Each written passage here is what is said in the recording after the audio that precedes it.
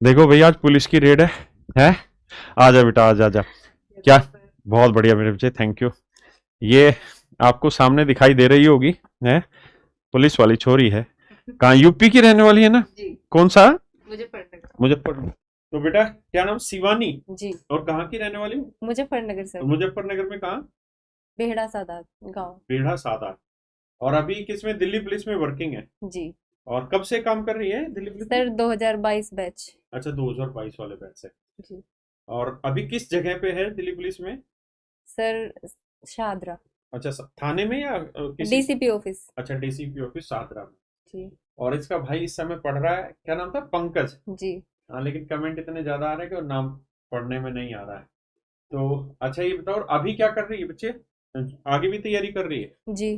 किस चीज की? सीपीओ की सर। अच्छा, सीपीओ की तैयारी कर रही है। और अभी तूने जब 2022 में सिलेक्शन लिया, जी। तो तेरे क्या क्या एक्सपीरियंस थे जो तू बताना चाह रही है इन बच्चों को, बता। सर मैंने आपका बैच लिया हुआ था। हाँ। पहले मैंने टोटली पूरा सिलेबस कंप्लीट किया। हम्म। पहले तो मैं बेसिक से ही पढ़ती थी। फिर हम्म। जब मेरा सिलेबस कंप्लीट हो गया, फिर मैंने डबल की स्पीड पे सर की क्लास दो दो तीन तीन बार चेक किया, अपने नोट्स बनाए। अच्छा, खुद से बनाए थे नोट्स? जी। और 2x 3x की स्पीड पे खींचते थे अपनी उन्हीं क्लासों को? सर एक बार सिलेबस कंप्लीट हो गया, समझ में आ गया, रिवीजन जब करना होता था तो डबल की स्पीड पे करके। अब भी मैं लाइव तो नहीं देती क्लास, लेकिन लेना भी नहीं चाहिए लाइव, रिकॉर्डेड अटेंड देखती करो। हूँ मैं डबल की स्पीड पे। डबल की स्पीड पे, तो अब इसके सीपीयू के लिए देख रहे हो? जी। और अभी एज कितनी होगी तेरी? सर 26। 26। अच्छा। पंकज भाई कह रहा है, पंकज भाई हाँ हाँ। नहीं, यूपी वाले बच्चे सर हो सिलेक्टेड रहा हो है, गए। Hello sir I am Pankaj. हाँ, वो आ गए। पंकज भाई, भगवान करे तेरा भी सिलेक्शन हो, ताकि बहन भाई दोनों का सिलेक्शन हो। बहन तो तेरी सिलेक्ट हो गई। अच्छा, फिर तू इतने दिनों बाद कैसे मिलने आई है? सर पहले मैंने सोचा सर कहाँ मुझसे मिलेंगे। नहीं नहीं, ऐसा कुछ नहीं था। एक साल की तो सर ट्रेनिंग ही थी। अच्छा। फिर मैं आरडी परेड में चली गई, वहां पे भी आरडी छुट्टी नहीं परेड मिली। मतलब? अच्छा, ये Republic day. Republic day parade sir. अच्छा अच्छा। दिल्ली पुलिस का वुमेन्स कंटिजेंट चला था, जिसमें अच्छा। हमारा फर्स्ट भी आया है। अरे वाह, मेरे ब्रिलियंट। को ब्रॉन्ज मेडल भी मिला है। अरे वाह। तो फिर तू इसके बाद आने की सोची तूने, ट्रेनिंग जी। भी पूरी हो गई। अच्छा, ये बता अब तेरी सैलरी कितनी है इस समय दिल्ली पुलिस सर में? इस टाइम मुझे 48,000 मिलते 48,000 कट पिटा के 48,000 हैं। जी। मिलते हैं। बाय और हैंड। जॉब कल्चर कैसा है तुझे? मतलब अब क्या एक्सपीरियंस है, क्योंकि तेरा तो एक्सपीरियंस भी हो गया अब यहाँ लगभग 1 साल तो हो ही गया ट्रेनिंग के बाद का। जी। है ना, 2022 में ज्वाइनिंग की, 23 में ट्रेनिंग खत्म हुई होगी।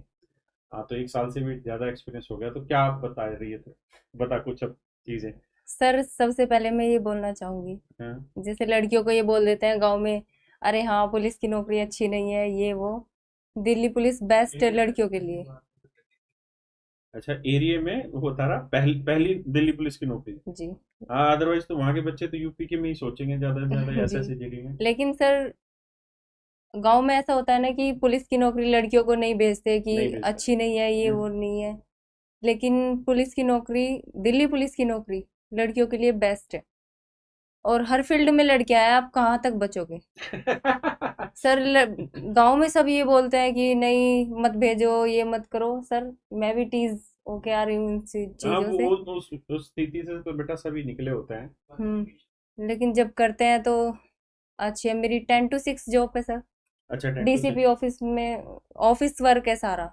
ये नहीं आप बाहर इधर उधर। और वैसे बढ़िया भी जॉब है। हाँ, ये बात सबको समझनी चाहिए कि देखो, फोर्स तो सारी ही अपने आप में बहुत डिसेंट है और बढ़िया है। दिल्ली पुलिस अपने आप में वन ऑफ द फाइनेस्ट है, क्योंकि यहाँ आपको बराबर मौके मिलते हैं। अगर आप में टैलेंट है तो आप काम करते रहो, आगे बढ़ते रहो। अच्छा, तेरी क्वालिफिकेशन क्या है?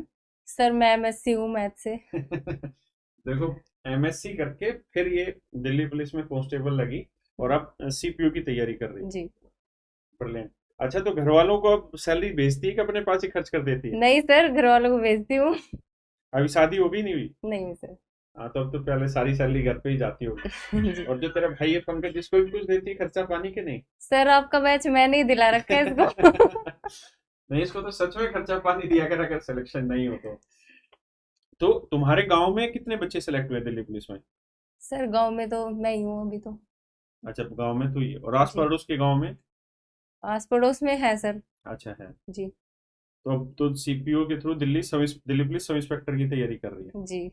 अच्छा इन बच्चों को ये बता, खासकर इसमें जो लड़कियां, कि तुमने फिजिकल की तैयारी कैसे की थी? क्योंकि लड़कियों के लिए जो सबसे बड़ा हर्डल आता है पढ़ाई के बाद वो फिजिकल आता है, तो उसकी तैयारी कैसे की थी? सर मैं वो लड़की हूँ जिसने आज तक 100 मीटर दौड़ भी नहीं की थी। और मेरा भाई है ना पंकज, जो अभी हाँ लाइव देख रहा लाइव है, है, हाँ। इसने मेरे को सारी तैयारी कराई सर फिजिकल की। और तूने इसको पीछे छोड़ रखा है।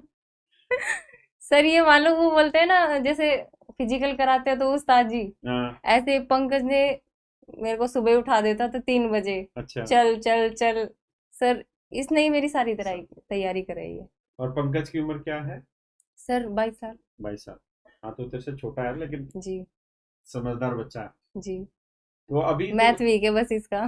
तेरा है, तू तो एमएससी मैथ है बेटा, फिर इसका मैथ भी सर कैसे? यही तो बात है ना, हम अपना बस एक एजुकेशन ही है जो हम नहीं बांट सकते बहन भाई में भी। जेन्युइन है, जेन्युइन। एक वही चीज है जो कोई अपने बच्चों को भी नहीं दे सकता है। जी। मतलब ये वो संपत्ति है जो आप ट्रांसफर नहीं कर सकते। इसको तो हर किसी को खुद ही लेना पड़ता है, खुद की मेहनत से। जी। अच्छा, तो कुछ और कहना चाहिए इन बच्चों को जो तैयारी कर रहे हैं? कोई और बात जो तुझे लगता है कि तेरी लाइफ में बीती और स्पेसिफिक है, इन बच्चों को जाननी चाहिए कुछ भी? सर मैथ, मैं एमएससी हूँ, लेकिन ये नहीं है कि आप, मैं एमएससी हूँ तो मैं इसलिए मैथ कर गई। जब राकेश सर पढ़ाते हैं, बेसिक से लोअर से अपर तक लेके जाते हैं, तो आप बिल्कुल आंख बंद करके पढ़िए कि जो सर पढ़ा रहे हैं बिल्कुल सही पढ़ा रहे हैं, और इसी बेस पे आपका सिलेक्शन होगा। और वैसे भी एमएससी का मैथ और ये वाला मैथ तो बिल्कुल ही अलग नहीं है, नहीं, इनका तो कहीं तो कंपटीशन और एमएससी के मैथ में तो बहुत जमीन आसमान का अंतर है सर। जमीन जमीन आसमान का अंतर है। कंपटीशन का मैथ अलग होता है। अच्छा, जब तू तैयारी कर रही थी तो कितने घंटे पढ़ती थी कंपटीशन? सर मैं डेली, मेरा ये था आज मुझे ये क्लास देनी है, आज ये क्लास देनी है, डेली क्लास। मैं अपना सिलेबस कंप्लीट किया है सर पहले। अच्छा। फिर उसके बाद मैंने रिवीजन जब किया तो मैं उन्हीं, क्योंकि बुक वगैरह से मैंने बहुत कम किया है, जो सर पढ़ाते हैं क्लास में उसी से ही मैंने प्रैक्टिस की है। अच्छा, और तेरे जीएस में स्कोर कैसा था? क्योंकि मैं तो तेरा अच्छा था ही, जी। तो जीएस में कैसे तैयारी की? सर 40 क्वेश्चन आए थे, अच्छा। उसमें से मेरे 26 ही हुए थे। तो वो भी कैसे तैयार कर रहे थे जीएस? सर जीएस मैंने अभिषेक सर से पढ़ी है। हाँ। तो जो और पढ़ाया बस वही, या कुछ अपनी तरफ से करते थे, या कैसे करते थे? नहीं, जो पढ़ाया वही, और करंट अफेयर साथ में अच्छा, रेगुलर। करंट अफेयर ये काम करते रहे। जी। अपने नोट्स बनाए बनाए मैंने करंट अफेयर्स के। डेली आज की ये 10 क्वेश्चन है लिखे वेरी। करंट अफेयर के, फिर उनको याद किया तभी तुरंत। अच्छा। ये नहीं लिख दिया और आपने रख दिया कि कल करूंगा इसको याद, ऐसे नहीं। और कोई भाई तुरंत। कोई सवाल पूछना चाहते हो? पंकज विश्वकर्मा, हाँ, I proud of my sister, अब उसने लिखा। और जी। कोई सवाल आप लोग पूछना चाहते हो, बताओ भाई। देखो, बड़ा मतलब मुश्किल सा समय होता है, और आप लोगों को बता दूं दिल्ली पुलिस के लिए, क्योंकि हम दिल्ली में रहते हैं तो हमको बहुत ज़्यादा अच्छे तरीके से उस संघर्ष के बारे में पता है कि जो बच्चे सीजीएल की तैयारी कर रहे होते हैं ना, उसमें 90% बच्चे इस चीज़ के लिए दिल्ली पुलिस कांस्टेबल की तैयारी करते हैं और एग्जाम देते हैं। तो दिल्ली पुलिस का जो कंपटीशन है ना, वो थोड़ा टफ है। लड़कों के लिए भी लड़कियों के लिए भी थोड़ा कंपटीशन टफ हो, थोड़ा पढ़ाई अच्छे से करनी पड़ती है, और मतलब मेहनत कस के करनी होती है उसमें। अच्छा, तो मतलब अपना टाइम लिमिट ऐसे नहीं बांधते थे कि दिन में मेरे को 10 घंटे पढ़ना, 8 घंटे पढ़ना, ऐसा कुछ नहीं? नहीं सर, अपना घर का भी तो काम करते थे। तो घर का काम किया, उसके बाद पढ़ने बैठ गए। पढ़ने पर अभी मेरे कोई जानकार हैं, दूर के रिश्तेदार, वो कनाडा से हैं, तो मेरी उनसे बात हो रही थी, तो वो कह रहे थे कि कनाडा में ना एक कल्चर है कि वहाँ जैसे ही बच्चा 18-20 साल का होता है उसको छोड़ देते हैं कि अब तू खुद कमा, अपनी पढ़ाई की फीस दे, चाहे तू गाड़ियां साफ कर, चाहे नालियां साफ कर, चाहे कुछ भी काम कर, लेकिन अपने आप से काम कर और अपनी फीस दे और आगे पढ़, अपनी जिंदगी अलग सेट कर। तो मैं अपने फादर साहब को ये बात बता रहा था कि देखो कनाडा में ये कल्चर है और कितना अच्छा कल्चर है।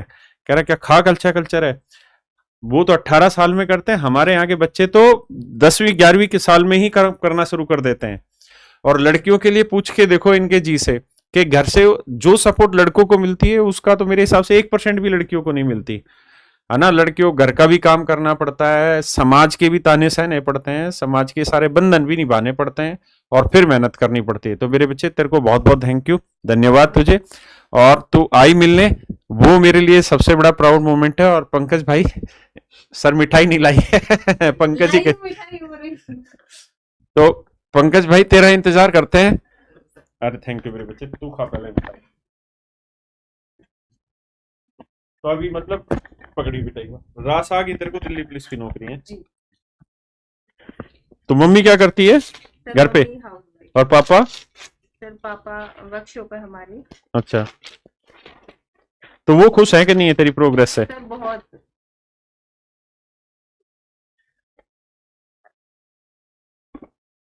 बेटा तू खा पहले।